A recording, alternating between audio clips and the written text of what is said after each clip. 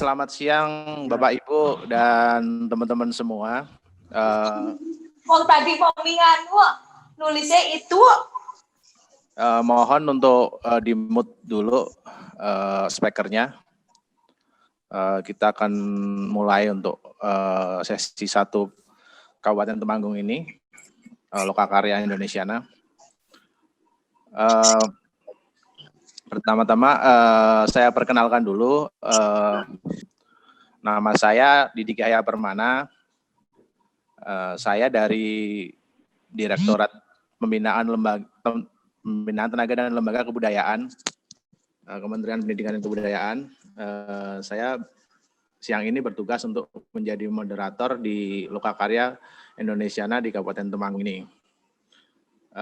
Saya akan memandu acara ini sampai dengan selesai.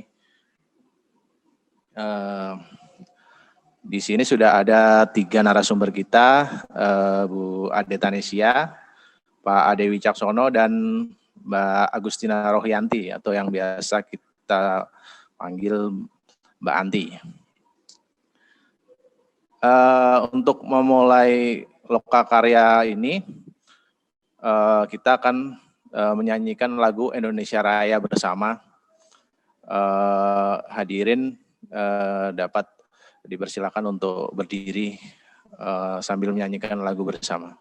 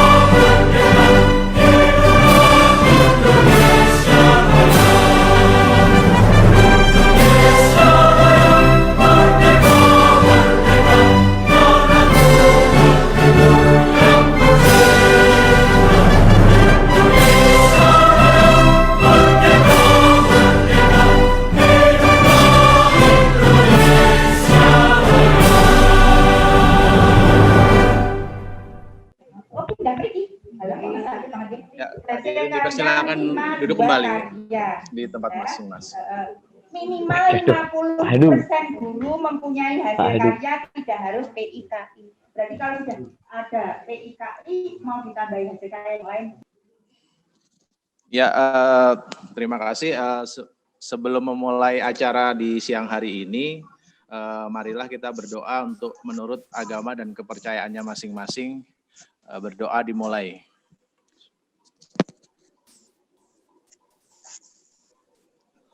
Doa selesai.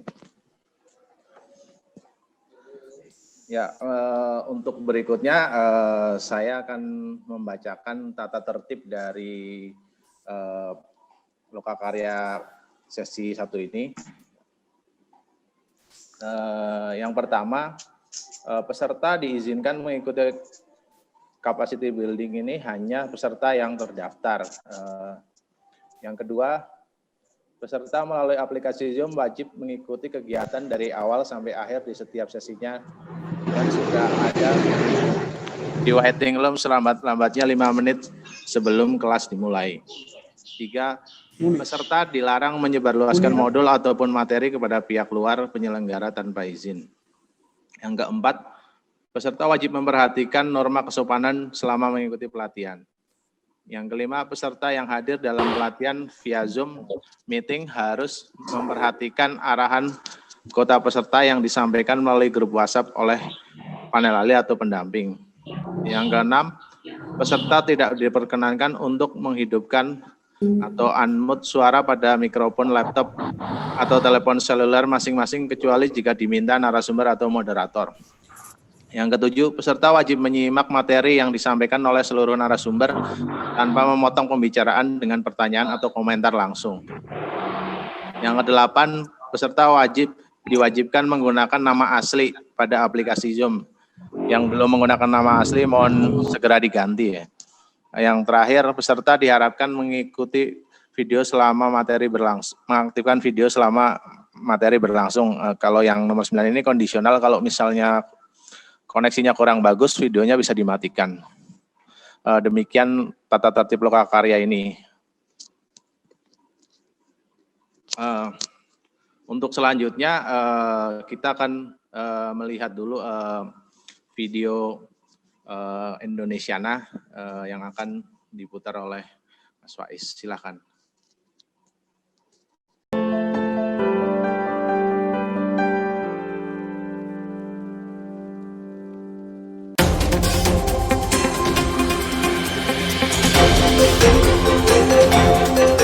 Amanat Konstitusi Pasal 32 Ayat 1 Undang-Undang Dasar 1945. Negara memajukan kebudayaan nasional Indonesia di tengah peradaban dunia dengan menjamin kebebasan masyarakat dalam memelihara dan mengembangkan nilai-nilai budayanya. Pada tahun 2017, terbitlah Undang-Undang Nomor 5 Tahun 2017 tentang Pemajuan Kebudayaan. Undang-undang tentang pemajuan kebudayaan hadir sebagai upaya pemerintah dalam meningkatkan ketahanan dan kontribusi budaya asli Indonesia dengan mengajak publik untuk terlibat di dalam pemajuannya. Berdasarkan Undang-Undang Pemajuan Kebudayaan, tindakan yang dilakukan terhadap objek pemajuan kebudayaan yakni inventarisasi, pengamanan, pemeliharaan, dan penyelamatan.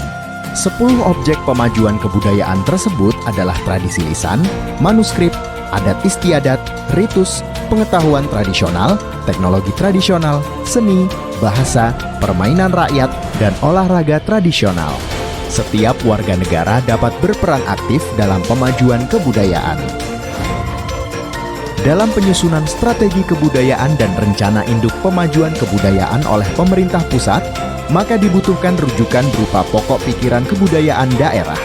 Penyusunan pokok pikiran kebudayaan daerah dilakukan oleh pemerintah daerah dengan melibatkan masyarakat melalui para ahli yang memiliki kompetensi dan kredibilitas dalam objek pemajuan kebudayaan.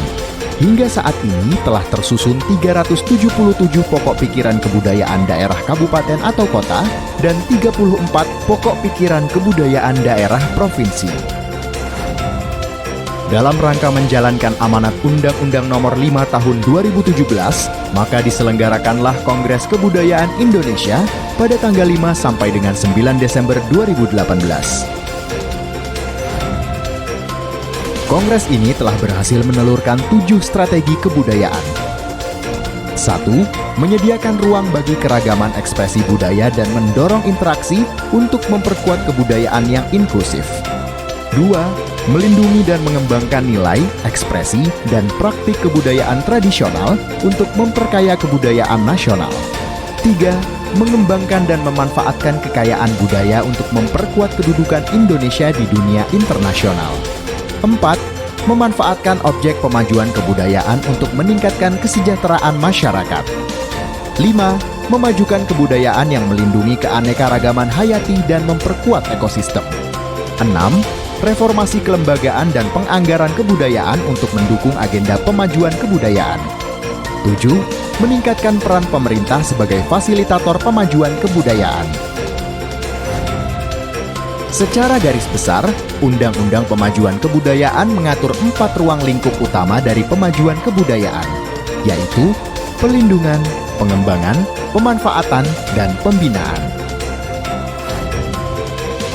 Keempat langkah strategis ini dipandang sebagai investasi untuk membangun masa depan. Hal ini menjadi rujukan bagi Direktorat Jenderal Kebudayaan Kementerian Pendidikan dan Kebudayaan dalam menetapkan struktur baru yaitu Sekretariat Direktorat Jenderal Kebudayaan, Direktorat Pelindungan Kebudayaan, Direktorat Pengembangan dan Pemanfaatan Kebudayaan, Direktorat Perfilman, Musik, dan Media Baru, Direktorat Kepercayaan Terhadap Tuhan Yang Maha Esa dan Masyarakat Adat, Direktorat Pembinaan Tenaga dan Lembaga Kebudayaan. Pemajuan kebudayaan adalah upaya untuk memajukan kebudayaan Indonesia ya, melalui berbagai aspek ya, terkait dengan ketahanan budaya, terkait dengan kontribusi kebudayaan untuk kesejahteraan masyarakat melalui aspek-aspek, ada 4 itu, ada pelindungan, pengembangan, pemanfaatan, dan yang tidak kalah penting adalah pembinaan. Kenapa pembinaan penting? Karena terkait dengan SDM, di mana Indonesia itu dikaruniai SDM yang sangat luar biasa, tinggal bagaimana kita meng-create-nya menjadi SDM yang tangguh gitu ya, yang bermanfaat untuk kemajuan kebudayaan. Dengan demikian, tidaklah berlebihan apabila Direktorat Jenderal Kebudayaan ada satu direktorat namanya Direktorat Pembinaan Tenaga dan Lembaga Kebudayaan. Jadi direktorat ini memiliki amanat terkait dengan standarisasi, terkait dengan sertifikasi, penguatan, tata kelola lembaga-lembaga ya. Banyak sekali kan lembaga-lembaga kebudayaan di Indonesia gitu ya. Ada lembaga profesi, ada lembaga seni gitu. Bahkan ada padepokan dan lain-lain gitu ya. Semoga kegiatan Indonesiana yang dilaksanakan pada tahun 2020 ini dapat berjalan dengan baik. Pandemi bukanlah musibah, pandemi adalah tantangan dan peluang. Tinggal bagaimana kita bisa adaptasi menyikapinya. Karena sebetulnya kunci dari peradaban itu adalah kemampuan untuk beradaptasi dengan perubahan-perubahan.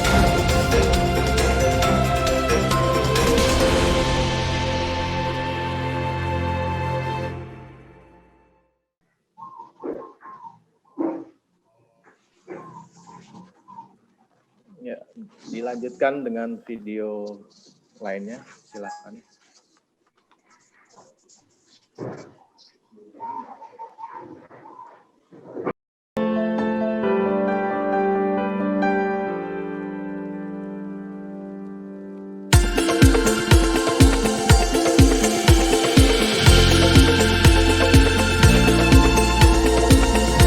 Platform Kebudayaan Indonesiana merupakan salah satu bentuk implementasi penting dari Undang-Undang Nomor 5 Tahun 2017 tentang Pemajuan Kebudayaan, Pasal 43 dan 44. Dalam pemajuan kebudayaan, pemerintah pusat dan daerah bertugas menghidupkan dan menjaga ekosistem kebudayaan yang berkelanjutan.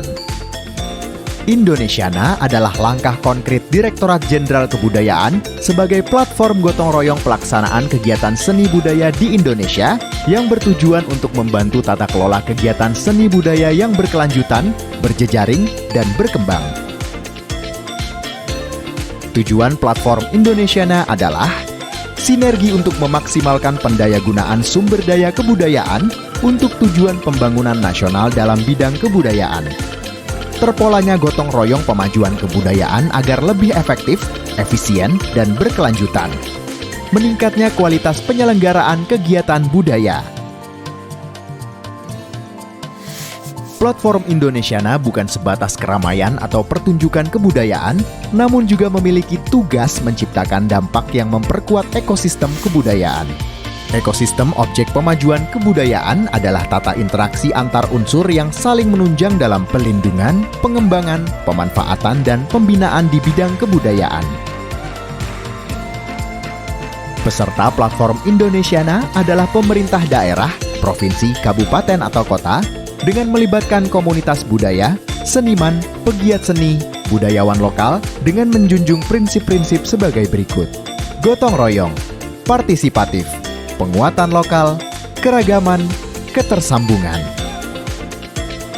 Gotong royong menegaskan bahwa upaya untuk memajukan kebudayaan harus menguatkan hubungan sosial dan dilandasi sikap kerjasama. Gotong royong dapat terlaksana dengan adanya kerja partisipatif. Partisipatif dalam pemajuan kebudayaan dilakukan dengan cara melibatkan beragam pemangku kepentingan secara aktif baik langsung maupun tidak langsung. mendukung upaya pemajuan kebudayaan yang memusatkan perhatian pada karakteristik sumber daya, kondisi geografis, dan kearifan lokal. Kebudayaan Indonesia yang beraneka ragam tentunya membutuhkan ruang yang luas agar tiap-tiap entitas kebudayaannya tumbuh kembang dengan baik. Menghidupkan ekosistem objek pemajuan kebudayaan secara merata dan berkelanjutan. Indonesiana dikerjakan dengan semangat gotong royong dan dengan melibatkan semua pihak yang memiliki kepedulian dan kepentingan atas pemajuan kebudayaan di Indonesia. Kementerian Pendidikan dan Kebudayaan, pemerintah daerah yang meliputi provinsi dan atau kabupaten atau kota, komunitas daerah dan praktisi kebudayaan, institusi pemerintah lainnya, serta sektor swasta. Program Indonesiana adalah upaya menerjemahkan amanat undang-undang tersebut ke dalam praktek. Dan sudah berlangsung selama 3 tahun sekarang ini, dan kita mencoba melalui platform tersebut menata hubungan di antara pemerintah pusat, pemerintah daerah, maupun para pelaku budaya di lapangan. Dan saya kira kita selama melaksanakan kegiatan Indonesiana ini sudah cukup belajar banyak mengenai saling hubungan itu, bagaimana membagi peran dan kerjasama. Maka sekarang juga waktunya kita memperdalam pengetahuan tersebut di dalam praktek. Indonesiana ini sebetulnya bukan cuma sekedar festival, bukan cuma sekedar pelaksanaan kegiatan, tapi juga pada saat bersamaan adalah sebuah platform aksi untuk kita sama-sama belajar bagaimana membentuk tata kelola yang efektif untuk memajukan kebudayaan. Dan berharap melalui lokakarya dan kegiatan pelatihan bimbingan teknis, semua peserta bisa betul-betul memahami Indonesiana ini sebagai sebuah platform aksi, dan mudah-mudahan dengan adanya kegiatan ini upaya kita untuk memajukan kebudayaan melalui tata kelola yang efektif bisa terwujud. Platform Indonesiana melakukan pendampingan kepada ekosistem budaya untuk mempraktikkan tata kelola kebudayaan lokal. Pendampingan meliputi pengelolaan pengetahuan, kurasi produksi, serta komunikasi dan kerjasama. Indikator keberhasilan Indonesiana: terbangunnya tata interaksi antar unsur pemangku kepentingan yang saling menunjang dalam pelindungan, pengembangan, pemanfaatan, dan pembinaan kebudayaan di daerah. Meningkatnya kapasitas penyelenggara kegiatan budaya di daerah. Pengembangan dan perluasan jejaring kebudayaan. Pada tahun 2018, melalui platform Indonesiana, telah terjadi gotong royong pemajuan kebudayaan untuk menguatkan ekosistem kebudayaan lokal di 9 daerah. Tahun 2019, platform Indonesiana semakin berkembang dengan jumlah peserta sebanyak 18 daerah. Tahun 2020, terjadi perubahan konsep pada platform Indonesiana yang sebelumnya menitik beratkan pada keberhasilan penyelenggaraan festival menjadi keberhasilan peningkatan kapasitas pelaku seni budaya di daerah dan diampu oleh Direktorat Pembinaan Tenaga dan Lembaga Kebudayaan, Direktorat Jenderal Kebudayaan, Kementerian Pendidikan dan Kebudayaan.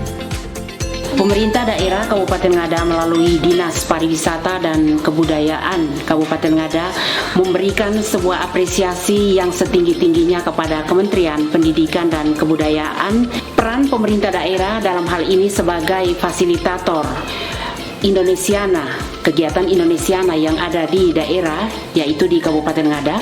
Sejak perkenalan awal tahun 2019, banyak hal baru dan pemahaman yang baik dari sumber daya manusia sebagai pengelola kebudayaan atau tradisi, baik pemerintah maupun masyarakat budayanya. Praktik baik yang telah dilakukan juga di Kabupaten Ngada selepas Festival Ineria 2019 adalah beberapa desa sudah mulai memberikan perhatian penuh melalui program pemberdayaan masyarakat, yaitu dengan memberikan dukungan kepada komunitas budaya untuk melakukan kegiatan-kegiatan kebudayaan yang ada di komunitas masing-masing. Hal yang saya rasakan terlibat dalam platform Indonesiana melalui Silek Art Festival adalah bertambahnya wawasan dan pengetahuan terkait kebudayaan dan pengelolaan festival. Keterlibatan komunitas sangat penting dalam menunjang berbagai bentuk hasil turunan dari kegiatan yang dihasilkan.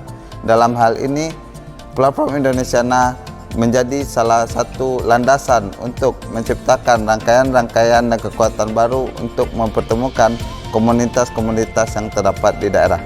Selain itu, dalam penambahan wawasan pengetahuan, saya merasakan beberapa ilmu-ilmu baru, diantaranya seperti pengalaman saya di bidang kerjasama dan sponsorship, di mana saya diberikan pengetahuan tentang bagaimana menggali, mencari, dan mengajak semua pihak dari berbagai stakeholder, tidak hanya di kebudayaan, untuk dapat mendukung kegiatan kebudayaan yang ada di daerah.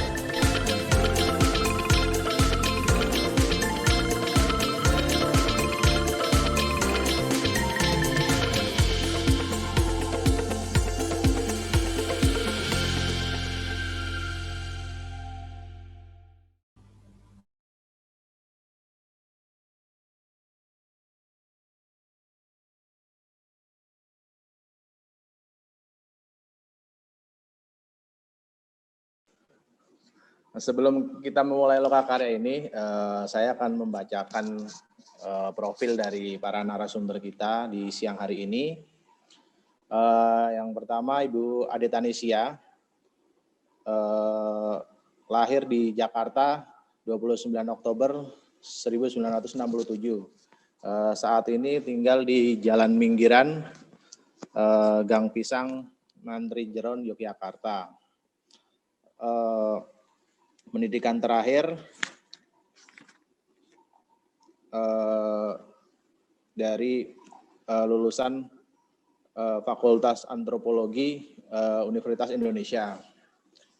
Untuk pengalaman kerja, beliau banyak berkecimpung di bidang riset atau penelitian, antara lain di Fakultas Sosial Politik Universitas Indonesia, di Kapuas Mahakam untuk ekspedisi Kompas Gramedia. Terus pernah juga menjadi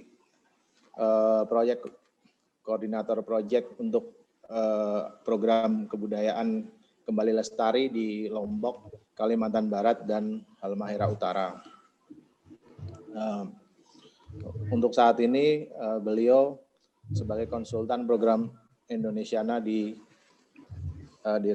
Direktorat Pembinaan Tenaga dan Lembaga Kebudayaan Direktorat Jenderal Kebudayaan.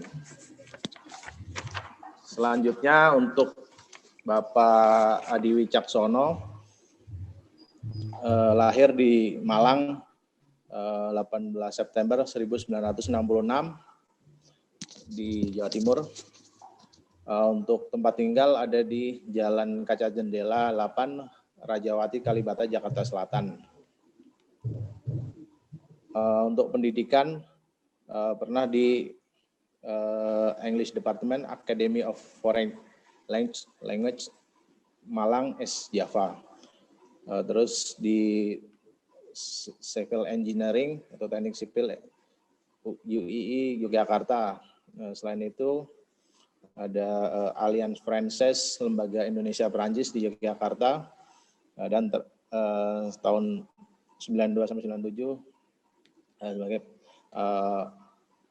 painting di Faculty of Fine Art Indonesia ISI Yogyakarta. Untuk pengalaman kerja, Pak Adi Wicaksono ini juga banyak berkecimpung di bidang penelitian, antara lain di LKBS Yogyakarta pada tahun 1991, pernah juga di Telaah Simetrik Sastra Jawa, kasus cerita bersambung berbahasa Jawa di majalah Panjabar di LKBS juga. Terus pernah juga menjadi founder dan kurator Borobudur Writers and Culture Festival.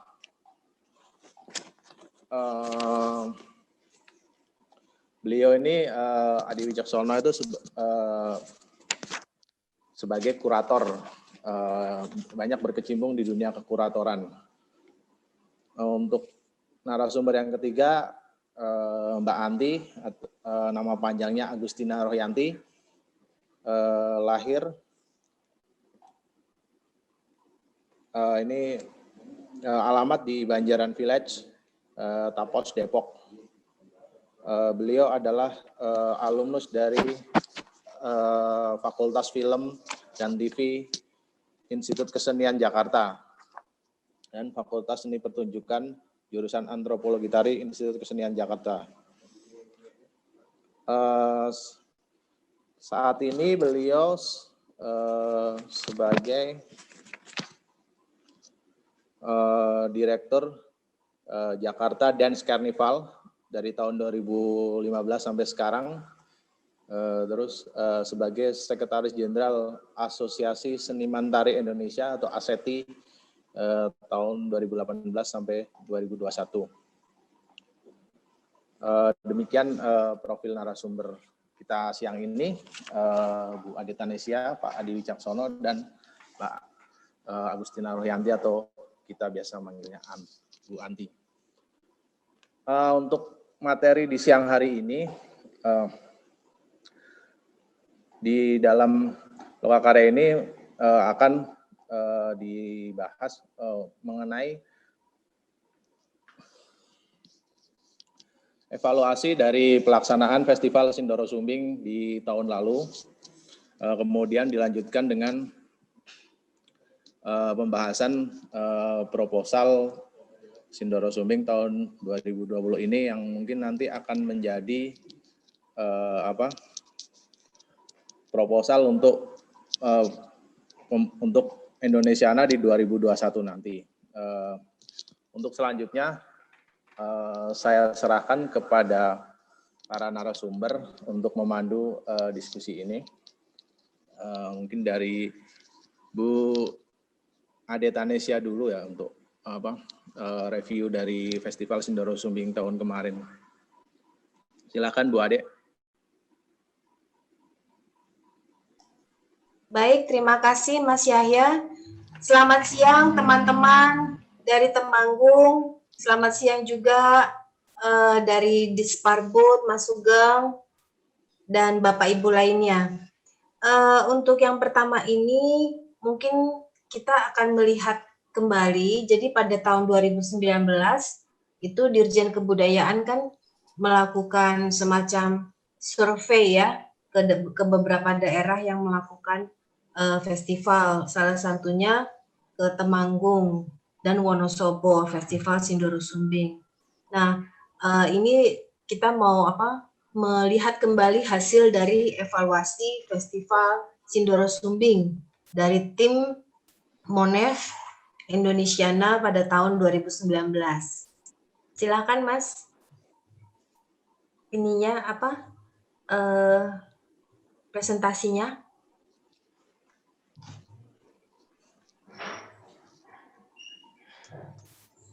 Ya, lanjut aja. Ini hasil evaluasi ya. Nah, jadi untuk yang sebelumnya Mas. Jadi di dalam Monef ini dilakukan sasarannya tuh jadi ada 2, pengunjung festival serta kuesioner indikasi dampak yang ditujukan untuk pengelola dan pengisi acara yang terlibat dalam festival tersebut. Nah, jadi yang dilihat adalah sasaran pengunjung festival misalnya ya. Nanti kita bisa lihat hasilnya dari mana mereka mendapatkan sumber informasi kegiatan, bagaimana persepsi, minat, manfaat, dan harapan masyarakat, terus bagaimana jenis acara dan penilaian dari aspek pelaksanaan, kemudian penilaian juga tentang kebermanfaatan festival. Lanjut. Nah, ini adalah sumber informasi kegiatan yang didapat dari pengunjung. Nah, berdasarkan jawaban responden ini, bahwa Festival Sindoro Sumbing itu mereka ketahui lebih banyak dari media elektronik, terutama media sosial, yang menjadi penyedia sumber informasi paling efektif, yaitu Instagram dan Facebook. Terus kemudian yang kedua tuh justru dari informasi lisan dengan persentase terbanyak kedua. Sementara untuk publikasi melalui media cetak seperti spanduk, banner, umbul dirasa masih kurang karena dianggap itu hanya di sekitar lokasi saja. Jadi kalau kita melihat kekuatan media sosial ya, dari mulut ke mulut itu juga sangat efektif. Kemudian yang kedua, survei tentang bagaimana perspektif nomor 5, Mas. Bagaimana persepsi minat, manfaat, dan harapan masyarakat. Jadi berdasarkan jawaban responden ini, rata-rata skor persepsi minat responden untuk mengikuti festival ini 7,84 dari skala 10. Sementara rata-rata skor persepsi responden bahwa festival yang diselenggarakan ini bisa memberikan manfaat untuk objek kebudayaan yang diangkat itu sekitar 8,48 dari skala 10. Dan rata-rata skor harapan responden bahwa festival ini dapat dilaksanakan secara rutin itu skornya 8,48 dari skala 10. Jadi secara statistik rata-rata skor harapan responden dan persepsi manfaat signifikan lebih tinggi dibandingkan dengan skor minat. Jadi hal ini menjadi merupakan model penting ya. Kepastian pelaksanaan berikutnya itu menjadi penting karena berarti mereka menunggu festival ini, sehingga tinggal diperlukan usaha lebih untuk meningkatkan minat masyarakat dalam mengikuti festival tersebut. Terus selanjutnya, ini adalah penilaian pelaksanaan kegiatan. Ya, berdasarkan jawaban responden dari instrumen yang diolah, diketahui bahwa rata-rata tingkat kepuasan pelaksanaan Festival Sindoro Sumbing di Wonosobo dan Temanggung ini dari 8 aspek yang diukur mencapai angka 7,64 dari skala 10, sehingga kepuasan ini bisa termasuk dalam kategori cukup. Aspek yang dinilai memberikan tingkat kepuasan tertinggi adalah keterwakilan kebudayaan lokal. Ada 8,35 dari skala 10. Sedangkan untuk tingkat kepuasan terendah terletak pada aspek kenyamanan pengunjung. 7,03 dari skala 10. Jadi secara statistik terdapat perbedaan yang cukup signifikan antara penilaian tingkat kepuasan tertinggi dan terendah dalam festival tersebut. Terus yang ketujuh, berikutnya, ini adalah penilaian kebermanfaatan festival. Jadi ada pertanyaan-pertanyaan ya, misalnya pernyataan, saya mengetahui bahwa acara ini merupakan bagian dari kerangka Indonesiana. 84,85% ya tahu bahwa itu bagian dari Indonesiana. Saya mengetahui budaya lokal yang ditampilkan di dalam acara tersebut. Ya, hampir 100%, 94,12% mengatakan ya mereka tahu. Saya mengetahui adanya unsur budaya lain yang ditampilkan dalam acara tersebut. Persentase jawaban 74,19%.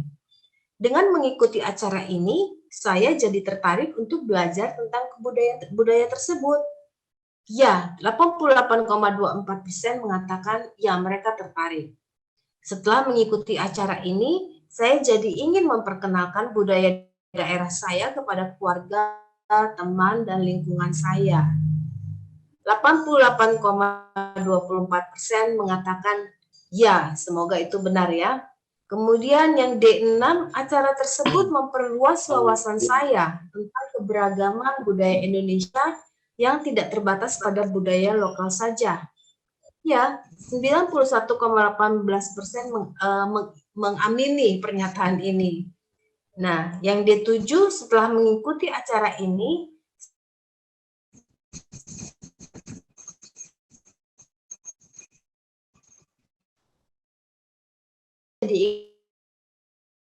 mengatakan ya. Yang terakhir, saya sepakat bahwa keterlibatan masyarakat internasional dalam acara ini dapat meningkatkan upaya pelestarian budaya lokal itu sendiri. 97,6% mengatakan ya. Ini kesimpulannya di slide berikutnya. Slide berikutnya, Mas, yang 8 itu. Maaf, slide berikutnya, Mas.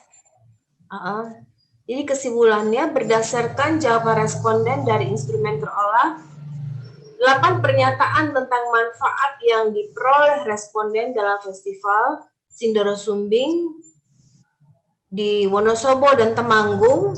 Responden paling banyak merasakan manfaat festival pada kode pernyataan D8.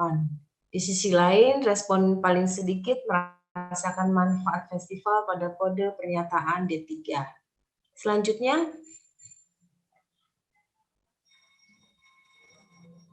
nah ini adalah secara umum berarti penilaian keseluruhan Festival Sindoro Sumbing berada di skor 7,87 dari skala 10. Jadi ini sangat cukup baik ya.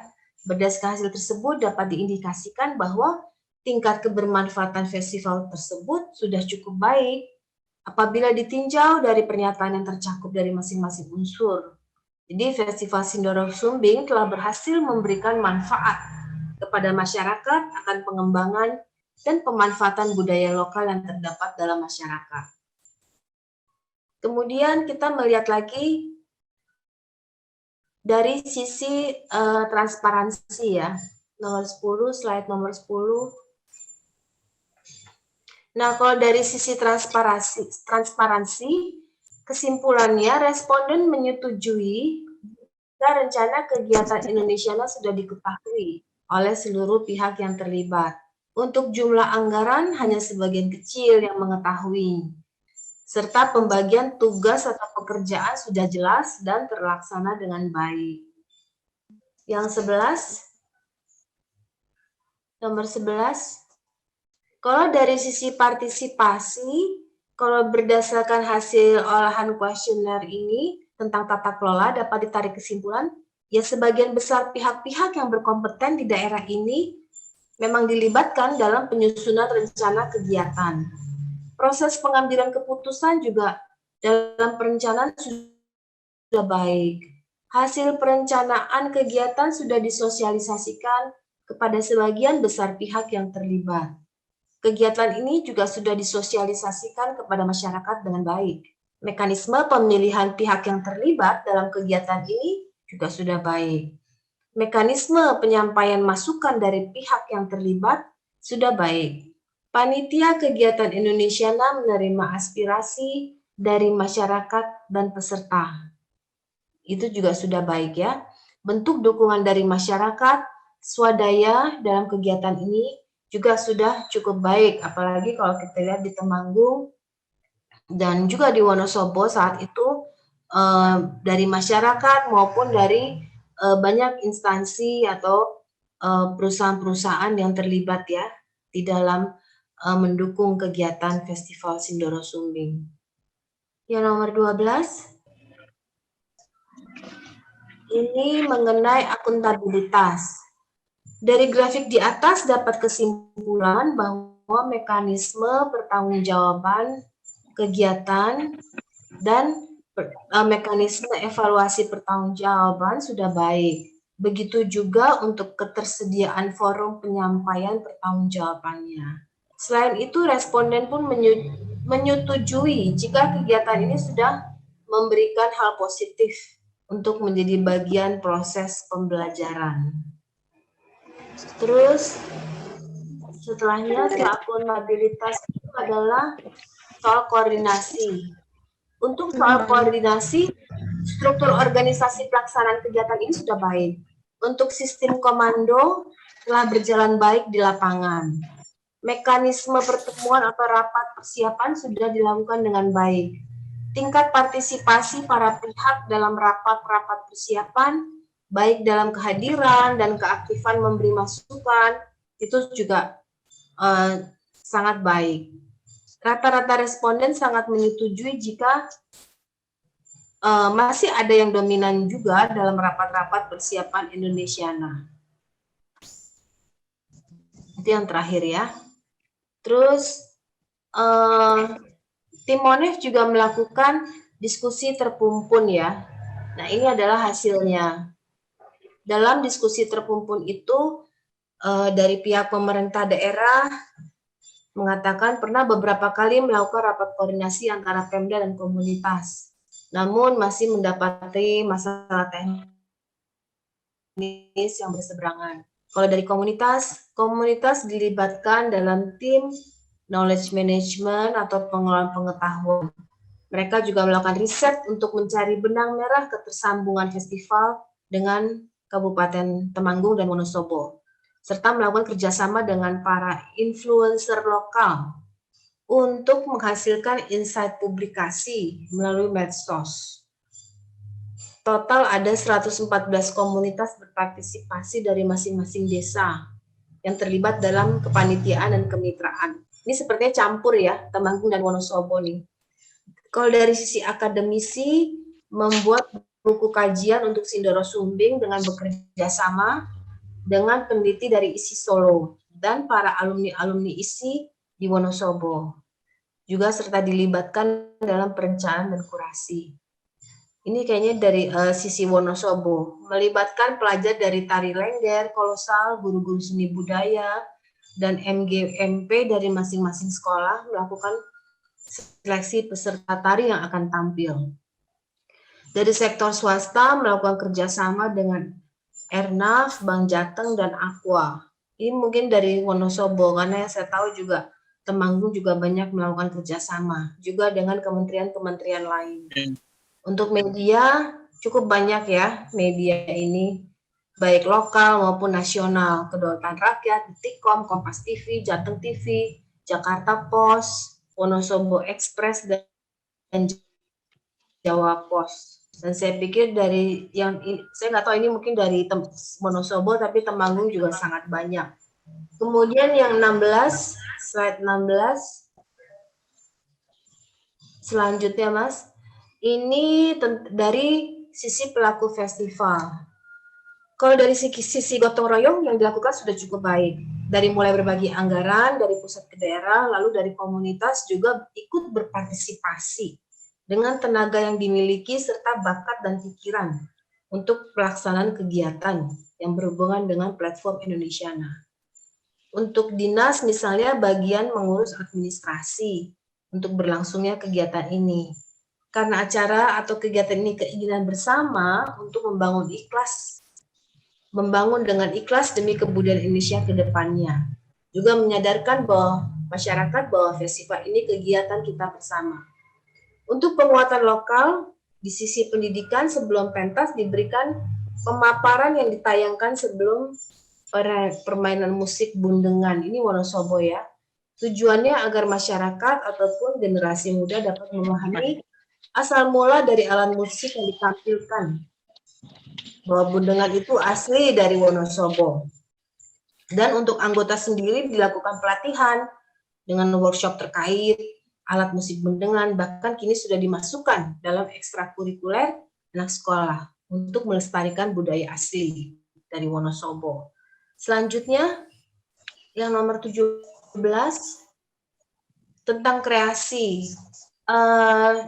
Untuk tentang di bawahnya Mas, yang 17, tentang kreasi, ada pelatihan, juga fokus diskusi terkumpul untuk membedah objek festival tertentu yang akan ditampilkan. Setelah itu mencoba mengaplikasikannya dalam latihan. Juga ada pelestarian alat musik bundengan yang asli dari Wonosobo, lalu dikombinasikan dengan tarian tertentu, termasuk dengan gamelan untuk mengembangkan kreasi baru, yaitu tari bundengan. Ini khusus diciptakan untuk festival Sindoro Sumbing. Tentang inventarisasi, melakukan kajian khusus, dimulai dari perkenalan alat musik bundengan dengan mendatangkan narasumber dari Amerika untuk meneliti bundengan itu sendiri. Juga terdapat mahasiswa dari ISI Surakarta yang dilibatkan untuk kajian ini. dengan melakukan wawancara dan mengembangkan kajian dari alat musik itu, serta kajian tentang budaya Sindoro Sumbing secara luasnya.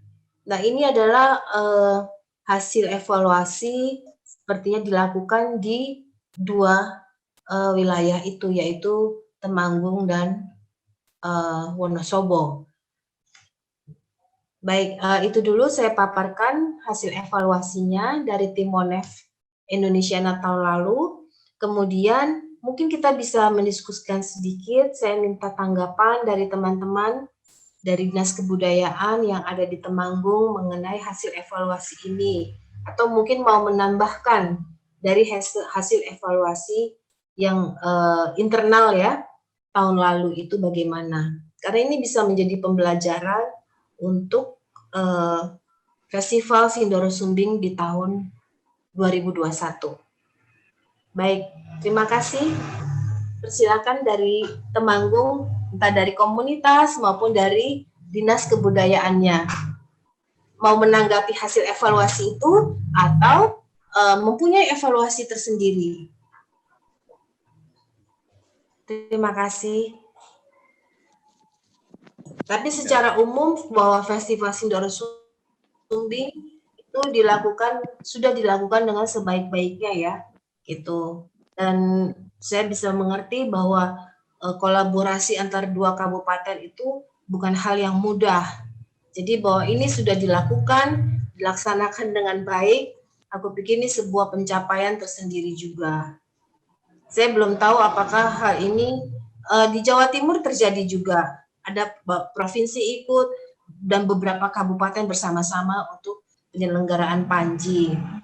Dan Temanggung dan Wonosobo juga melakukan hal yang sama. Baik. Terima kasih. Ya, silakan dari Temanggung menanggapi.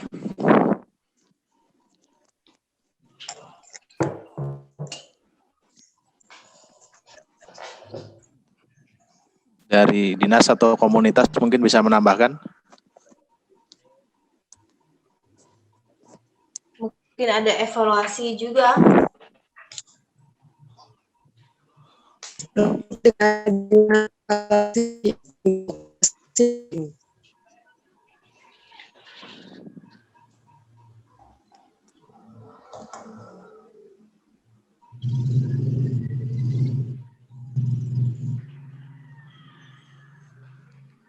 Kalau belum ada mungkin dilanjut saja.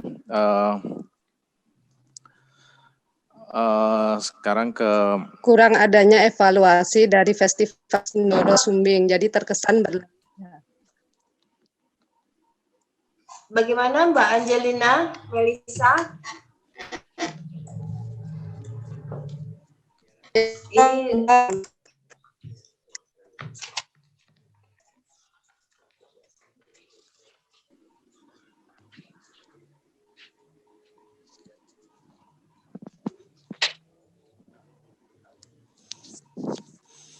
Ya, silakan Mbak. Ini sinyalnya ya.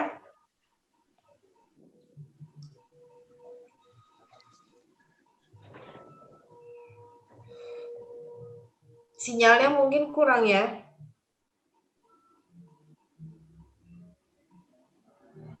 Baik, bisa kita lanjutkan dulu ke yang lain, tapi nanti bisa ditanggapi lagi ya soal evaluasi ini.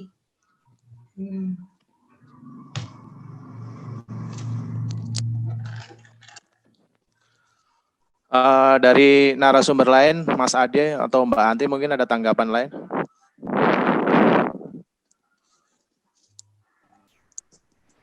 Begini, selamat siang, selamat sore kawan-kawan sekalian.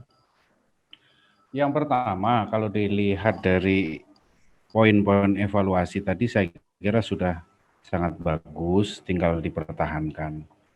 Nah, maka yang perlu kita perjelas di dalam pertemuan kita mulai sesi pertama hingga sesi keempat,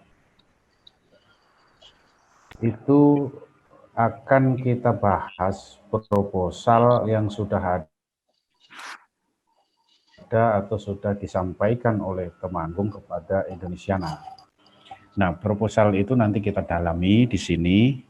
Ada dua aspek. Yang pertama itu aspek konten atau isi dari rencana Festival Sindoro Sumbing 2021. Itu jadi kita bahas nanti mengenai isinya atau konten dari festivalnya. Itu bagian pertama. Terus bagian yang kedua adalah mekanisme. Tadi ada partisipasi, gotong royong, nah itu sudah berlangsung dengan baik. Nah, di aspek mekanisme ini nanti di bagian kedua kita bisa bahas, kita dalami. Nah, setelah itu tentu proposal itu nanti akan kita sempurnakan. Nah, kalau sudah sempurna nanti dijadikan bahan perencanaan. Bahan perencanaan itu untuk daerah Wonosobo sendiri, jadi perencanaan penganggaran untuk 2021, tentu perencanaan penganggarannya 2020, dan sekaligus untuk di Ditjenbud dan instansi terkait. Itu yang akan kita lakukan. Nah, setelah evaluasi tentu nanti ada beberapa kelemahan, bisa kita bahas di sini, kita carikan jalan keluarnya. Kelemahan yang terjadi atau berlangsung pada tahun yang lalu, kita cari jalan keluarnya supaya itu tidak menjadi hambatan untuk 2021. Tapi sebelum sampai di sana, sedikit mundur saya informasikan, saya kebetulan itu mengawal Indonesiana sejak 3 tahun yang lalu. Mula-mula dulu Temanggung dan Wonosobo itu tahun pertama itu gagal bekerja sama. Hambatannya justru di Wonosobo pada waktu itu. Jadi Dinas Wonosobo bertemu dengan Dinas Temanggung dan Ditjenbud di Jakarta membahas untuk kerangka kerjasama atau sinergi dua wilayah yang berhimpitan wilayahnya itu. Nah, tahun pertama itu gagal karena pada waktu itu Dinas Wonosobo sudah punya program tersendiri, sementara Temanggung pada waktu itu sangat terbuka untuk melakukan perombakan program supaya bisa dijalankan sama-sama. Nah, baru terwujud tahun kedua. Tahun kedua itu kemudian bersepakat Wonosobo dan Temanggung, dinasnya untuk bekerja sama, dilakukan satu festival di lokasi yang bisa mempertemukan dua wilayah ini, yaitu Sindoro Sumbing. Berlangsunglah 2019, perencanaannya 2018. Nah, karena perencanaannya pada waktu itu cukup alot, dan festivalnya itu dilakukan 2019, sementara penganggarannya 2019 juga, sehingga mengalami banyak masalah, kesulitan karena anggaran APBD itu sudah dikunci 2018, sehingga tidak bisa punya ruang gerak ketika kita membahas sama-sama pada 2019 awal. Nah, berdasarkan pengalaman itu, maka tahun ini kita merencanakan untuk 2021, untuk tahun depan, sehingga kita sekarang lebih leluasa untuk membuat perencanaan. Jadi lokakarya kita hari ini dan 3 episode yang akan datang itu mendalami, menyempurnakan proposal supaya perencanaannya menjadi lebih bagus. Nah, perencanaan itu ada 2 aspek tentu saja, 3 aspek.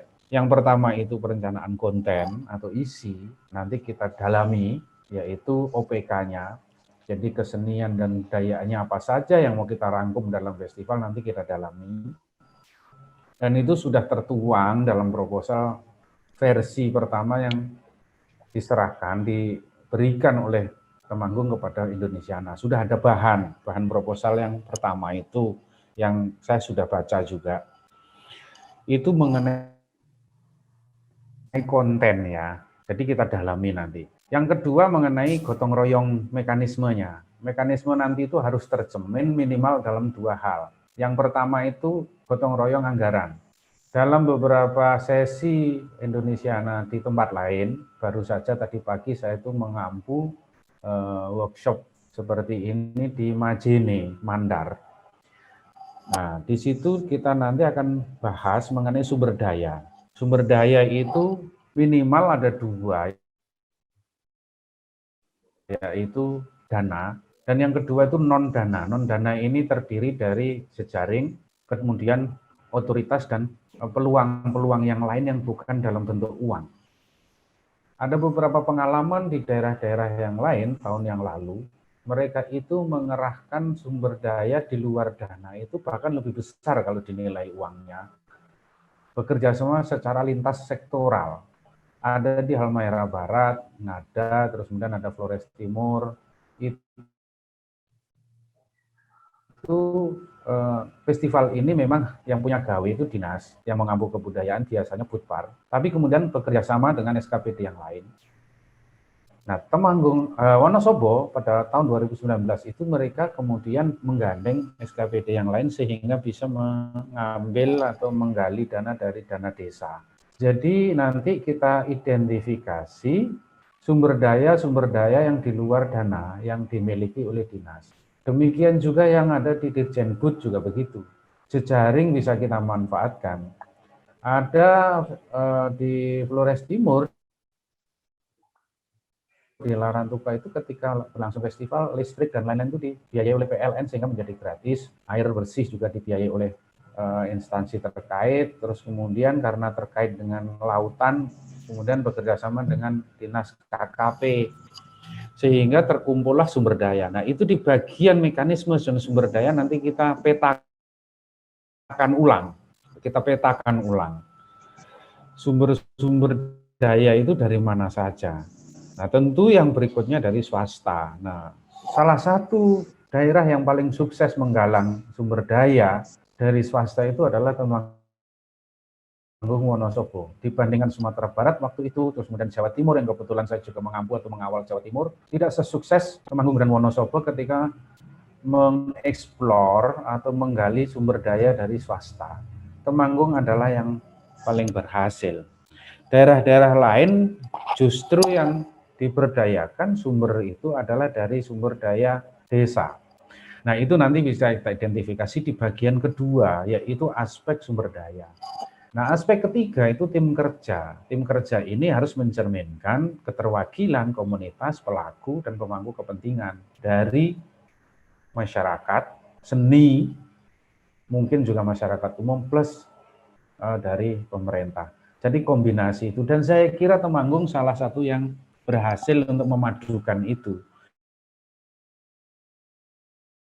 Nah, 3 hal itulah yang perlu kita dalami dalam pertemuan atau lokakarya kita ini. Nah, setelah 3 hal itu dirangkumkan menjadi proposal baru dengan memperbaiki proposal lama yang sudah ada, sehingga nanti tersusun RAB di bagian akhir. Nanti RAB itu seperti tahun sebelumnya, RAB itu ada 2 kolom, ada 2 sumber. Yang satu itu dari APBN, dari pusat, dengan dalam hal ini Dirjenbud.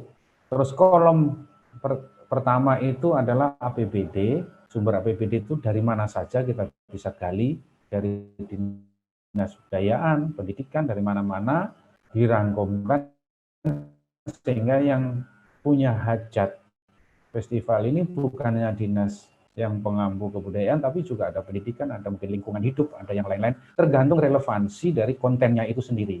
Beberapa daerah melakukan hal yang sama. Nah, kolom APBD dan APBN nanti kita cantumkan masing-masing. Sumber yang kita punya kira-kira sekian, yang dibutuhkan itu sekian, yang dari APBN sekian, dan itu nanti akan dijadikan acuan atau rujukan ketika menyusun perencanaan penganggaran 2021. Nah, bentuk real dari gotong royongnya itu antara lain seperti itu, yaitu di sumber daya, yakni dana. Sumber daya yang lain juga perlu identifikasikan ini. Nah, maka dari itu hasil output dari lokakarya kita ini adalah proposal baru, tentu tidak mengubah secara besar-besaran atau mengubah keseluruhan dari proposal yang lama, tapi penyempurnaan, sehingga itu nanti dijadikan bahan acuan untuk penyusunan APBD, APBN juga hal, sehingga nanti terbaca di Dirjenbud itu akan kira-kira alokasinya sekian untuk Temanggung, peruntukannya untuk ini, itemnya ini, sama juga dengan APBD, dan dibayangkan saja, meskipun di APBN itu tercantum, umpamanya untuk sarasian atau seminar tercantum, di APBD juga perlu kita cantumkan juga, karena nanti kalau lolos di APBN dan lolos di APBD, no problem, karena kita dapat bonus. Jadi ada tulang punggung atau backbone-nya itu nanti APBD dulu, kita lengkapi itemnya, di situ kebutuhannya apa saja, kita lengkapi, nanti di sebelah kanannya kolom yang APBN juga kita masukkan, sehingga dapat item A, pertunjukan atau mungkin sarasean atau penelitian, atau apapun, di APBD dapat, di APBN juga dapat, sehingga nanti bisa dapat bonus kalau bisa diperbesar skalanya nanti. Kalau ternyata di APBN-nya tidak dapat, APBD dapat, begitu juga sebaliknya, sehingga struktur penganggaran atau RAB strukturnya itu di APBD kita lengkapi semuanya, di kanan, sebelah kanan kolomnya kita tambahi yang APBN. Saya kira begitu, sehingga nanti tidak ada lagi kejadian seperti beberapa daerah dari APBD tidak dapat, dari APBN tidak dapat. Nah gitu kira-kira, kita ibarat menjaring atau mencari buah-buahan masukkan dalam keranjang, nah keranjang kita lengkapi, nanti ada keranjang APBD, ada keranjang APBN. Nah kalau dua-duanya dapat akan menjadi sangat bagus. Nah terus kemudian ada supporting sumber dana dari swasta dan dari masyarakat atau dari instansi yang lain. Itu semua dikompilasi, dikonsolidasikan dalam sebuah proposal. Proposal itulah yang akan jadi acuan perencanaan kita di APBD maupun nanti di APBN yang di Ditjenbud. Itu kira-kira yang bagian pertama ya. Bagian pertama dari yang akan kita bicarakan di dalam Lokakarya ini. Terus bagian kedua, supaya kita menjadi lebih efektif dalam pembahasan di Lokakarya ini, ada pengalaman beberapa daerah. Contoh yang barusan saja saya ampu, dari semua materi festival atau konten festival itu akan coba kita kerucutkan. Nah, ada 2 kolom biasanya mengerucutkan itu. Salah satunya kita mengacu kepada PPKD. Nah, hampir semua PPKD di Indonesia ini yang saya baca, ada ratusan PPKD, semuanya itu ada problem mendasar yang nanti akan dicarikan jalan keluarnya antara lain melalui Indonesiana atau festival ini. Salah satu yang selalu disebut-sebut di dalam PPKD di daerah-daerah itu, problem dasarnya itu satu adalah masalah data, OPK, pendataan OPK, pendataan objek pemajuan komunikasi. Kasarnya data tentang kesenian dan kebudayaan di daerah itu ternyata minim. Maka beberapa daerah ini menyusun satu program dalam festival ini, salah satu kolomnya itu adalah klaster pendataan. Itu ada kolom atau klaster tersendiri. Ada kegiatannya macam-macam. Data ini nanti sumber pengetahuan. Yang menjalankan nanti adalah tim pengelolaan pengetahuan atau knowledge management. Salah satu yang dilakukan adalah pengumpulan data kesenian-kesenian yang ada di daerah itu secara lengkap. Bentuknya bisa dikompilasi nanti, dikumpulkan dalam e-book. Bahkan ada daerah yang kemudian e-booknya nanti sudah dari awal bekerja sama dengan guru-guru dan sekolah-sekolah di daerah itu supaya itu jadikan bahan pengetahuan. Contoh namanya tari A gitu ya, di Lengger namanya atau apa gitu. Data mengenai itu kita ternyata minim. Orang daerah sendiri data itu tersebar-sebar. Contoh Panji di Jawa Timur itu datanya banyak tapi tersebar-sebar. Diproduksi oleh banyak pihak tapi tidak tahu sebenarnya kalau kita mau tanya ini ada di mana, bentuknya apa. Nah, salah satunya bikin e-book, kemudian versi digital dari data itu didokumentasikan secara audiovisual, bahkan ada yang bikin film dokumenternya. Jadi OPK yang tercantum di dalam PPKD itu harus ada datanya, dari situ sumber pengetahuan. Nah, berikutnya, ini saya hanya cerita ya untuk daerah-daerah yang saya ikuti ya. Berikutnya setelah data atau pengetahuan itu diperoleh, kemudian dilakukan literasi. Literasi itu adalah pengenalan kembali bagaimana supaya kesenian itu dicintai lagi, diketahui, didalami, dan orang memiliki kesadaran atau awareness. Dipromosikan, itu namanya literasi. Ada klaster kedua yaitu literasi. Literasi itu bisa melalui lokakarya, bisa melalui seminar, bisa melalui Instagram, Facebook, macam-macam, itu bentuknya, kegiatannya macam-macam. Nah, berikutnya itu klaster pertunjukan. Ini hasil dari beberapa diskusi tempat lain ya ini. Pertunjukan itu bagian dari literasi, bisa pentasnya macam-macam, itu nanti di situ ada kompetisi juga, ada eksibisi, pameran, itu sifatnya itu bagian dari literasi. Nah, yang berikutnya itu supporting event atau event pendukung. Nah, salah satunya itu ada kuliner, ada bazar, macam-macam, itu yang terkait dengan apa yang ada di dalam konten yang disepakati. Nah, di bagian itu didalami sehingga ketemu klaster-klaster utama tadi. Dari klaster utama diterjemahkan dalam bentuk RAP yang sifatnya gotong royong. Sumber dayanya nanti diidentifikasi dari mana saja kalau masing-masing klaster tadi. Nah, dari situlah terbentuk kemudian satu rumusan tentang perencanaan festival ini. Nah, berikutnya, klaster berikutnya adalah tim kerja. Tim kerja ini yang mencerminkan gotong royong, mencerminkan platform. Terdiri dari unsur komunitas pelaku dan unsur pemerintah. Ada dua-duanya terrangkum di dalam tim kerja. Berikutnya adalah konsolidasi RAB tadi yang saya ceritakan tadi. APBD dan APBN dan swasta, sumbernya dari mana saja. Nah, terakhir itu nanti mengidentifikasi seperti yang saya ceritakan di depan tadi, yaitu sumber daya lintas sektoral, sehingga kita punya banyak amunisi untuk melakukan itu. Nah, beberapa hal itulah yang akan kita bahas di dalam lokakarya kita ini, sampai masing-masing orang yang terlibat di sini memahami dan tahu bahwa semuanya itu nanti teridentifikasi, kemudian kita sepakati bersama. Nah, oleh karena itu, setelah dilakukan paparan oleh Mbak Ade tadi tentang berupa evaluasi, saya kira modal utama Temanggung sudah dapat, yaitu tadi semuanya bagus-bagus. Yang jelek-jelek nanti kita cari jalan keluarnya, kendala-kendala. Nah, pertanyaan pertama adalah sekarang yang perlu dijawab, posisi dari festival ini di mana tahun yang lalu itu mengikut sertakan bekerja dengan Wonosobo. Jadi pertanyaan pertama yang harus kita jawab itu dulu.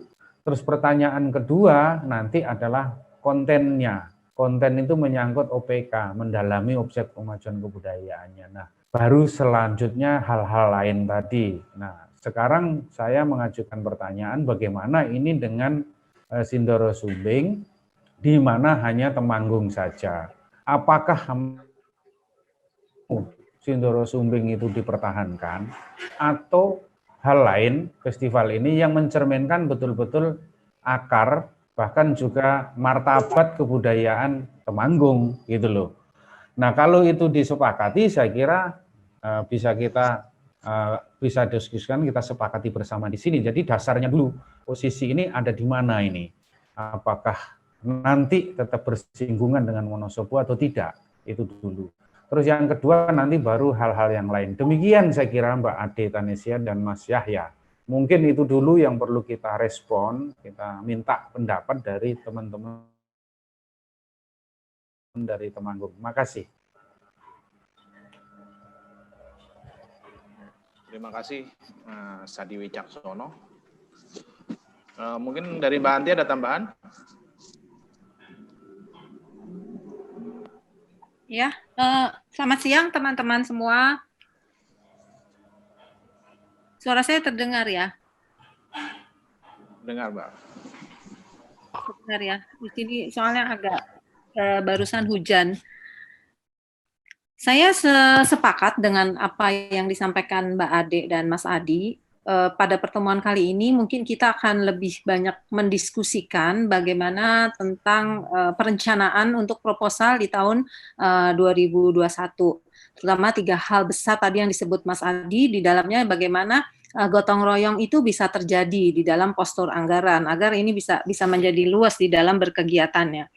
Nanti kalau memang itu kita sudah mendapatkan hasil, kira-kira akan seperti apa gitu. Nanti kemudian saya akan bicara tentang teknisnya, terutama di masa pandemi ini bagaimana sebuah kegiatan itu bisa dilaksanakan gitu, bisa dikerjakan di masa new normal ini. Karena ada beberapa hal yang kita harus patuhi bersama. Jangan sampai kegiatan ini ketika berlangsung kemudian nanti dibubarkan atau tidak sesuai dengan prosedural, membuat klaster yang baru. Nah, kita harus sangat hati-hati dengan situasi semacam ini.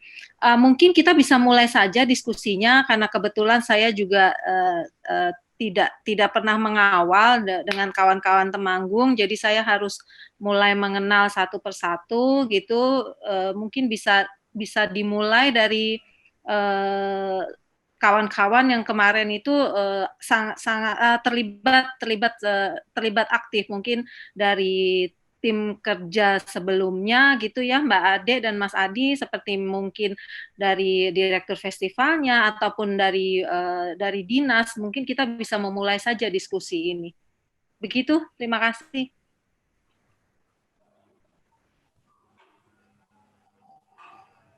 Terima kasih Mbak Anti. Mungkin kita bisa mulai ya diskusinya mengenai konten atau isi dari festival yang nanti akan diselenggarakan di 2021 ini. Saya kembalikan ke Dinas Kebudayaan Temanggung atau dari komunitas, mungkin ada ini anggapan mengenai festival tahun depan, apakah masih bergabung dengan Sindoro Sumbing atau akan menguatkan kebudayaan dari Temanggung sendiri? Silakan. Mungkin saya bisa usul Pak Yahya. Silakan Mas. Ya. Halo. Ya, silakan Mas. Oh ya. Terima kasih. Assalamualaikum warahmatullahi wabarakatuh. Mungkin menanggapi Mbak Ade, Pak Adi, dan yang terakhir Mbak siapa lupa. Yang pertama masalah penganggaran, Mbak Anti. Yang pertama masalah penganggaran. Belajar dari tahun kemarin, kami sempat kebingungan dalam penyusunan anggaran. Soalnya di daerah, di APBD itu, kami anggaran itu kan ditetapkan 1 tahun sebelumnya. Dan di tahun berjalan itu, kita sangat sulit untuk melakukan perubahan.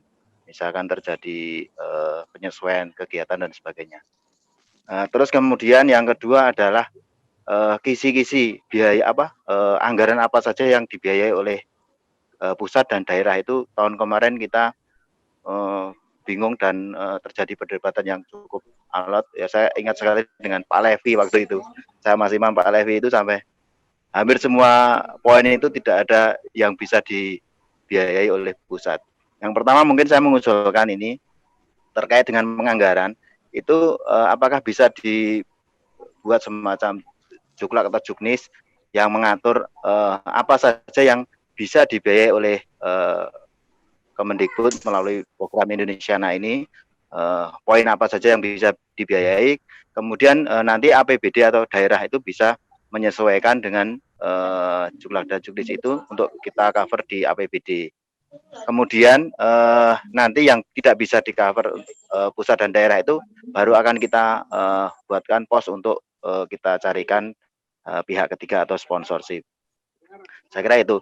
Tadi usulan dari Mas Adi mungkin bagus ya, kita anggarkan di pusat dan daerah. Tapi kan kelemahan kita itu di daerah itu pasti anggarannya untuk kebudayaan itu paling kecil, Pak. Jadi kita harus bisa membuat difokuskan di apa gitu. Jadi kalau kita semuanya dibiayai, kita menganggarkan di semuanya kita biayai dengan APBD, saya kira akan kesulitan sekali. Jadi yang pertama untuk masalah penganggaran saya minta ada kejelasan apa saja yang dibiayai pusat dan apa saja yang nanti dibiayai daerah supaya nanti kan tidak terjadi double anggaran. Itu yang pertama masalah penganggaran. Kemudian untuk masalah kerjasama. Yang pertama prinsipnya dari Temanggung itu sebenarnya kita terbuka sekali untuk bisa bergabung dengan siapa saja. Kalau kemarin kita bergabung dengan Wonosobo karena kita yang paling utama adalah kita bisa ikut dalam platform Indonesiana. Nah, seandainya Bung bisa berdiri sendiri, saya malah lebih cocok untuk itu. Jadi kolaborasi dengan dua pemerintah daerah itu saya kemarin agak susah sekali untuk kita laksanakan. Jadi kalau bisa, kalau nanti Kemendikbud bisa ACC, kerjasama ini kita fokuskan untuk di lingkungan Kabupaten Temanggung saja. Kemudian untuk kontennya, sebenarnya di Kabupaten Temanggung sendiri sampai saat ini belum ada diskusi dengan komunitas terkait dengan konten apa yang akan diangkat. Namun secara pribadi mungkin saya mengusulkan untuk mengambil satu konten yang bisa diikuti oleh semua bidang seni, yaitu wayang kedu. Jadi wayang kedu itu bisa diangkat menjadi sebuah sendera tari juga. Kemudian seni rupanya juga bisa, tata sunggingnya, dan ada teaternya juga bisa, jadi lebih terbuka. Namun dalam forum ini sekalian nanti kita tawarkan kepada semua peserta bahwa di tahun 2021 kalau saya mengusulkan wayang kedu sebagai konten untuk festival yang akan diselenggarakan di Temanggung. Saya kira itu saja yang dapat saya sampaikan. Mungkin nanti kita bisa lanjutkan dengan diskusi lanjutan. Terima kasih. Terima kasih, Mas Agung. Terima kasih, Bung. Mungkin sedikit masukan sih untuk penganggaran ya, yang memang kita itu tidak bisa biayai sebenarnya untuk pembiayaan untuk tim kerja daerah itu harus dari APBD. Karena pelakunya di daerah, jadi daerah itu harus menganggarkan dari APBD untuk membiayai tim kerjanya gitu. Itu yang kita nggak bisa nganggarin. Ya kembali saya serahkan ke Mas Adi atau Bu Ade, silahkan. Mungkin begini Mas Sugeng ya, dan kawan-kawan ya. Memang kita sedikit ngobrolin soal politik anggaran. Kita memang harus berpolitik ini ya, sedikit-sedikit. APBD memang sangat kaku sehingga sulit dilakukan revisi. Itu hampir semua APBD pengalaman saya dan saya ketahui itu memang sulit sekali. Tetapi apabila direncanakan sejak tahun ini menjadi lebih luas. Tapi gampangnya mungkin begini supaya kita itu sama-sama aman, Mas Sugeng. Ketika kita menyusun perencanaan, seluruh item yang diperlukan nanti harus lengkap. Jadi nanti kita bisa minta tolong kepada Mbak Ade supaya menyiapkan satu contoh. Mungkin tahun yang lalu sudah ada ya proposal Temanggung Wonosobo itu itemnya kan banyak itu. Jangan sampai ada yang terlewat. Kalau yang terlewat tentu tidak bisa kerja nantinya. Contoh di Sumatera Barat pada waktu itu ada beberapa pos itu terlewat. Di APBD tidak tercover, di APBN tidak tercover. Nah, APBN itu terbatasnya adalah satu. Di APBN tidak bisa membiayai kegiatan apabila orang yang bekerja dan pelakunya itu di daerah dimaksud. Seperti tim kerja. Di dalam tim kerja itu kan ada macam-macam, ada direktur festival, wakil, ada kurator. Nah, nama kurator dalam nomenklatura atau di dalam anggaran daerah itu kan tidak pernah ada. Tetapi beberapa daerah kemudian bisa memasukkan. Tulungagung bisa memasukkan, Kediri bisa memasukkan, Jawa Timur provinsi waktu itu bisa memasukkan. Ada yang namanya kurator. Kurator adalah begini, fungsinya ini. Pengelolaan pengetahuan fungsinya ini, semuanya bisa dicantumkan. Nah itu idealnya memang berapapun besarannya itu tidak penting Pak Sugeng, tapi itu semua harus ada, dianggarkan keseluruhan dulu di dalam APBD. Nah APBN nanti mengcover bagian-bagian yang nanti bisa memperkuat, bisa saja double anggaran, tetapi ketika di pelaksanaan nanti bisa kita switch, karena APBN itu lentur Mas Sugeng. Sehingga jangan sampai itu nanti terlewat. Jadi item itu saran saya sih dilengkapi saja di APBD-nya. Nanti besarannya bisa double ketika APBN bisa masuk di situ. Nah tentu nanti kita akan olah ketika menjelang pelaksanaan. Nah sekarang di perencanaan itu kita bikin yang ideal. Jadi di perencanaan kita bikin ideal. Semua tercover oleh APBD. Bayangkan saja itu semua tercover. Nah, kemudian APBDM itu melengkapi. Nah, melengkapi itu bisa saja itu double-double nggak ada masalah. Nanti double itu bisa carikan cara supaya double-nya itu bukan double penggunaan. Nah, kalau double di administrasi nanti urusannya nanti Anda berdiskusi dengan Pokja bagaimana caranya. Jadi kasarnya tanpa Indonesia nanti kita sudah punya amunisi lengkap. Nah, nanti Indonesia dapat vitamin yang lebih kuat gitu kira-kira. Jadi dapat extra jos gitu. Nah, itu semua nanti kalau dipilah-pilah, oh ini APBD, ini APBN, risikonya beberapa daerah itu lolos dua-duanya. Di APBN nggak dapat, di ininya nggak dapat. Nah, makanya kita bikin aja yang lengkap. Nanti di APBN juga kita bikin yang lengkap, kan tinggal dicomot, dicoret-coret nanti mana yang tidak bisa, gitu loh. Jadi kita sekarang cara berpikirnya kita bikin yang lengkap aja semuanya. Di APBN maupun APBD kita lengkapi saja. Dan itu nanti di sesi terakhir ya, di sesi terakhir. Di sesi terakhir kita bisa sisir itu. Tapi kita balik aja dulu, jangan terpenjara atau terkunci oleh batas-batas itu. Batas-batas anggaran itu dulu. Nah, nanti sumber dari swasta itu adalah bonus juga. Nah, sekarang kita cara berpikirnya jangan dibatasi itu dulu. Pokoknya kita bayangkan ini ada sumbernya, gitu aja dulu. Nanti baru nanti masih ada proses kan, proses berikutnya itu yang nanti sangat rinci pada hal-hal teknis penganggaran itu. Tapi kita jangan terjebak kepada yang teknis dulu. Nah, sekarang kita berpikir dulu yang substansi dulu. Pertanyaannya apakah Wonosobo akan berdiri sendiri, madeg dhewe, apa melu-melu banding-gandeng karo Wonosobo? Wani apa ora budal dhewe gitu loh maksudnya. Itu bahasa Jawane.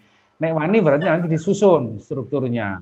Nah, kalau mau berdiri sendiri, OPK yang paling memungkinkan untuk diangkat, oke lah bisa Wayang Kedu. Nah, pertanyaan berikutnya adalah apakah Wayang Kedu ini dipraktekkan sebagai OPK? Sekarang pemangku kepentingannya masih banyak atau tidak? Yang paling dominan apa? Ada dua pendekatan yang selalu saya sampaikan, tadi pagi juga saya sampaikan ke Mas ini, ada dua pendekatan untuk menyusun festival. Yang satu adalah bikin rumahnya, jadi di dalam rumah itu atau bikin keranjangnya dulu. Nah, keranjangnya Temanggung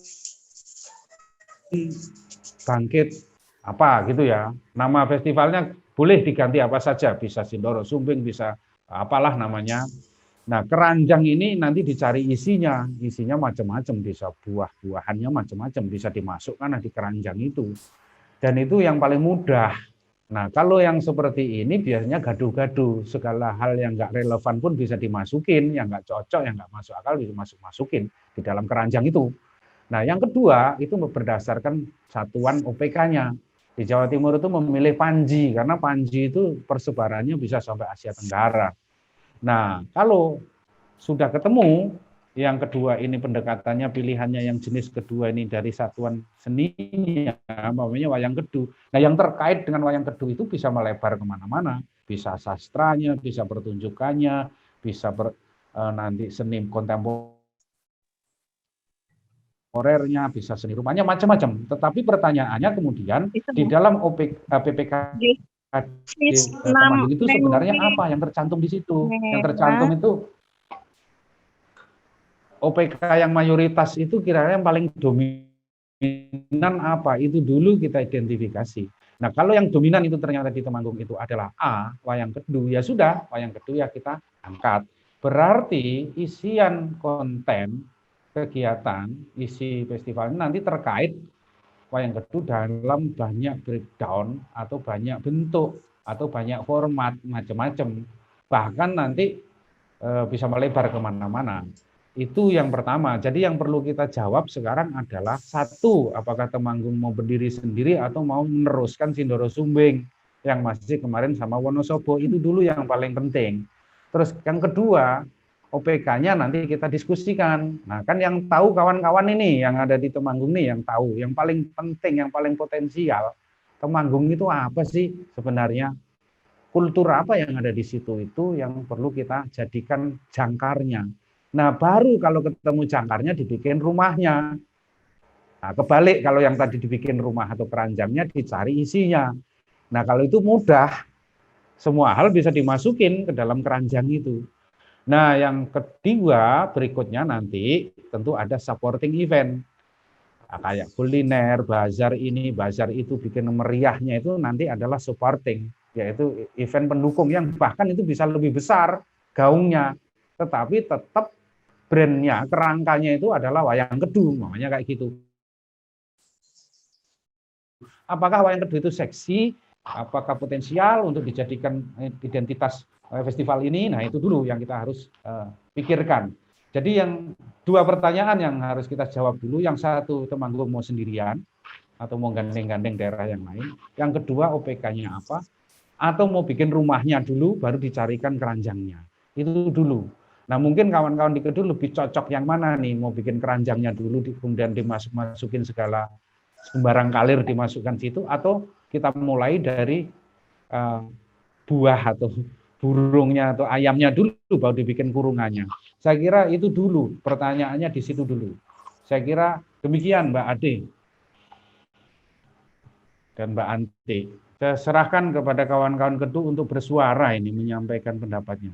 Langsung saja. Silakan.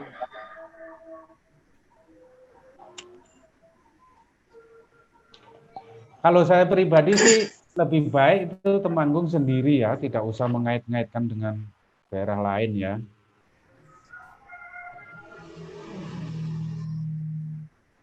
Mungkin ada Mas Imam, siapa gitu loh menanggapi usulan dari terutama dari Mas Sugeng sendiri ya, tentang OPK yang akan diangkat seperti itu. Yes. Dan sebenarnya sih kalau menurut saya Festival Sindoro Sumbing itu ya, Festival Sindoro Sumbing ya bisa dilakukan sendiri, berdua, atau bertiga dengan Magelang itu besar ya. Gitu sebenarnya, kalau mau tetap memakai Festival Sindoro Sumbing. Itu bisa dilakukan sendiri oleh Temanggung, bisa dilakukan dengan Magelang, dengan siapapun, karena kabupaten yang ada di sekitar situ kan banyak. Misalnya seperti itu. Tapi, atau mau OPK yang lain.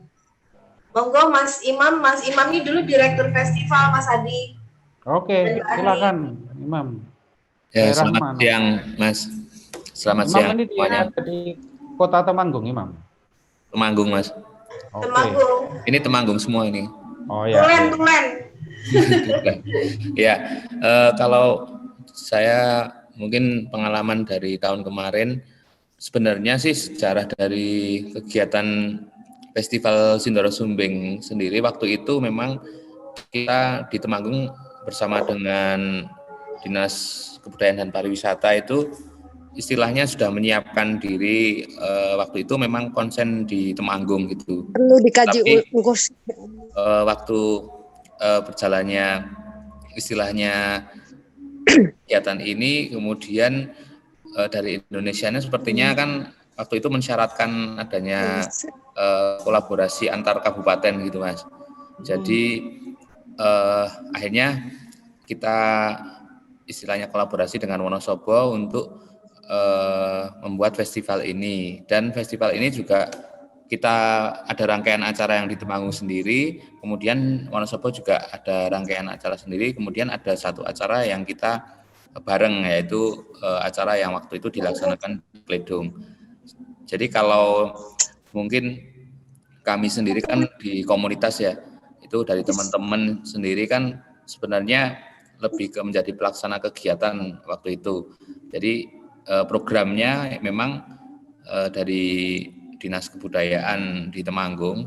Nah nanti tinggal kalau dari dinas sendiri ada komitmen untuk pelaksanaan kegiatan ini, kami semua mungkin dari teman-teman siap untuk melaksanakannya. Nah nanti kalau dari saya sendiri mungkin ketika istilahnya lebih enaknya sih memang dari Temanggung sendiri sih, maksudnya lebih sangat luasa kalau itu memang memungkinkan gitu. Maksudnya program Indonesiana itu istilahnya bisa dilakukan dalam satu kabupaten, jadi biar istilahnya maksimal gitu.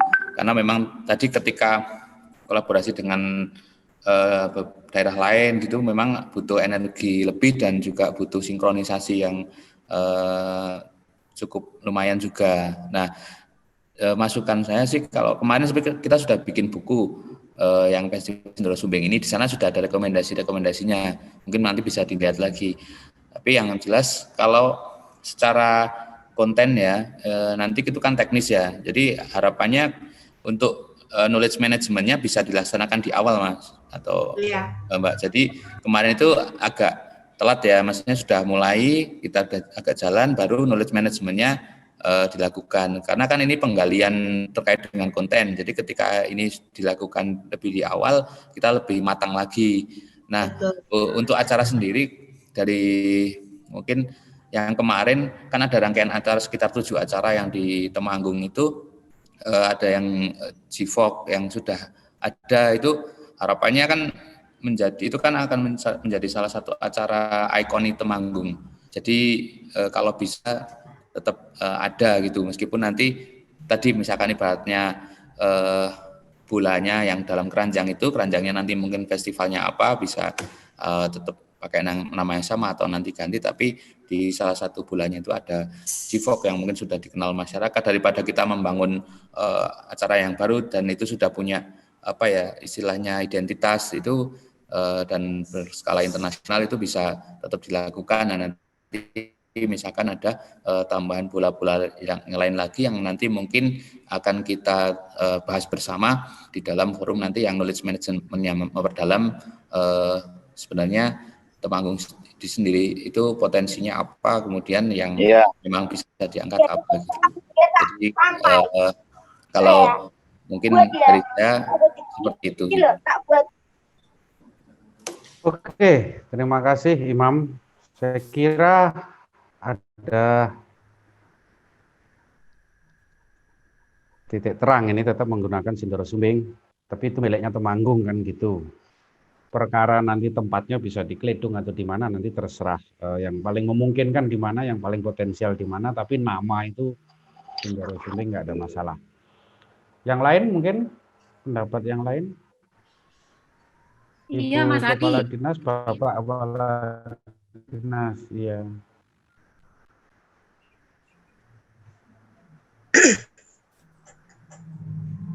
Yang lain mungkin ada Mbak Ika, ada Agus Jepang, Novaldi, Mbak Ade, ini Jepang. Oh, Jepang. Saya rasa untuk masalah entah mau kerjasama dengan Wonosobo atau dengan Magelang atau dengan yang lainnya itu perlu dikaji ulang kembali, artinya dalam sisi negatif atau dalam sisi positifnya lebih banyak begitu. Jadi itu perlu pengkajian ulang kembali, karena kemarin itu untuk evaluasi Festival Sindoro Sumbing itu kurang apa ya, menurut saya hanya terbatas begitu, terbatas internal aja. Maksudnya internal gimana Mbak?